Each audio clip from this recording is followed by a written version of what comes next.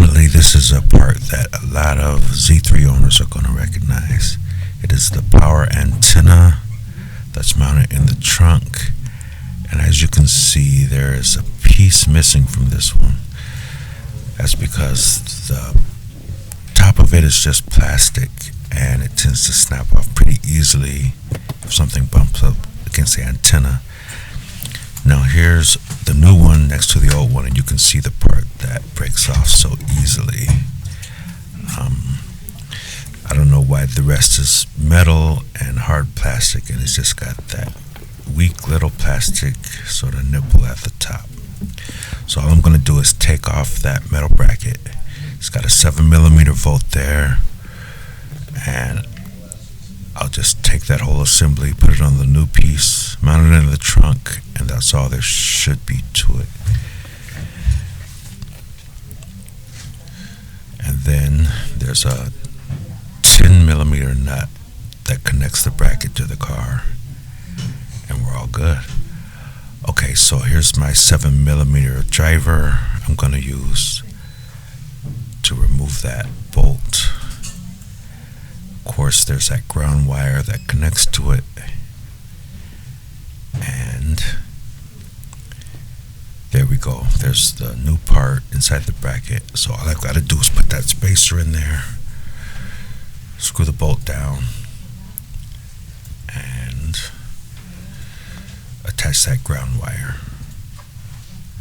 Alright, so be right back with that done. I need 2 hands for that. Okay, so here we go. Just screwed it in by hand. I'll tighten it down with my driver, connect those 2 little couplings, and this shouldn't take long at all. So it's been quite a while since this antenna broke off, and haven't had a radio for all that time. It's going to be pretty nice to have it back. Okay, so there's a hole in the trunk. You can just see it there where the antenna base pops up through.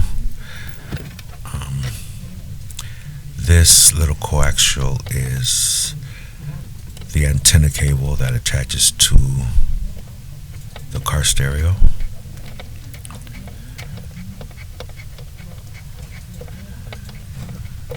And there you go, it's all set. There's another ground wire here. I'll stick a nut on there to clamp it down. And last but not least, there's the power connector. So that actually amplifies the signal, boosts it, and supposedly helps you get better reception than just a mechanical antenna.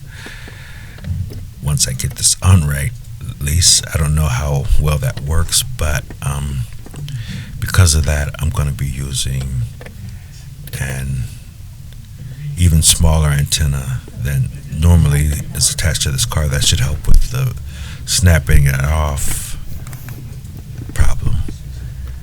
Plus, I think it looks pretty cool. Alright, so there's my 10mm nut. Get that on finger tight, and then let's go ahead and tighten it up. So I've got my ratchet and a 10mm socket, and we'll get that all tightened down. And as far as the antenna base, that's pretty much it. I'll put the carpet back in place, and we'll be good to go.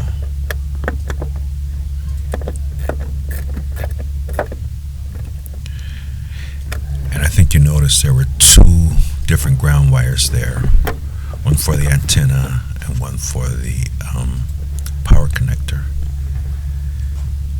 And we're all set. All it took was those 3 connections. Now looking at it from the top, you can see down in there, there's that little sort of nipple. It looks like it's got some dielectric grease in there to help with the connection, and that's where the antenna is going to go. But first of all, let's talk about this little rubber grommet. That thing sort of deteriorates over time. I've replaced that. I'll show you a little bit about that later, but First look at the antenna here. So this tiny little thing is going to be the antenna.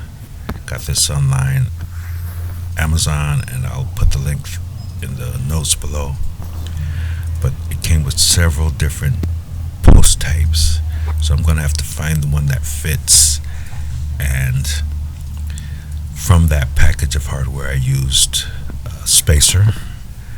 You can see there's a little rubber sort of grommet there, I guess. And I found the one that fits into the antenna base and the other side that fits into the antenna. So all that's left is to screw this down inside of there.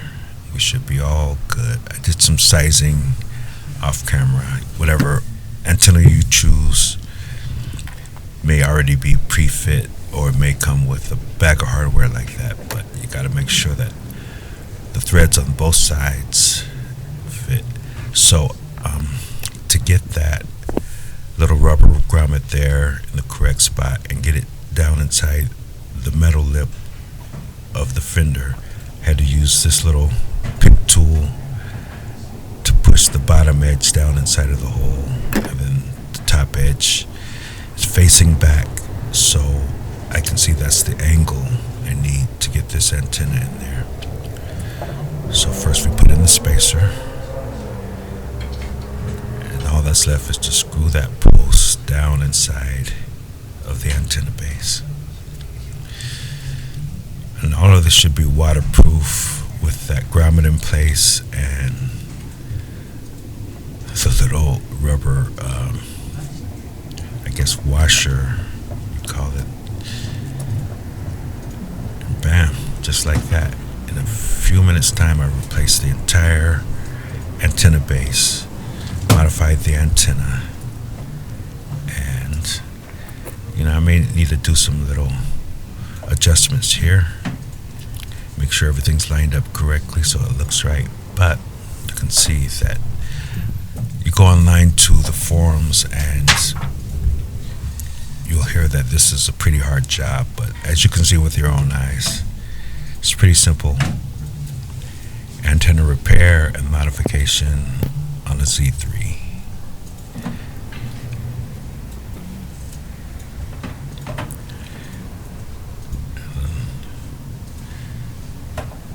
I know I was kind of eager. I did this at night.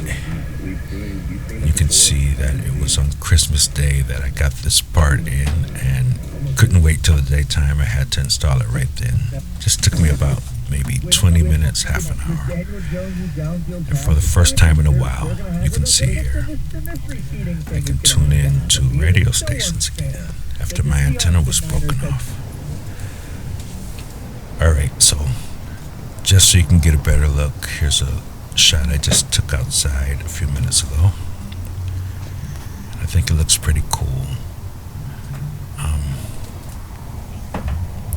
I'll pull out a little bit so you can see what the modded antenna looks like. It's really tiny. Alright, thanks for watching. If you like what you saw, go ahead and subscribe. See more videos. Go ahead and give me a like. It's always appreciated. And check back again for more videos. Bye now.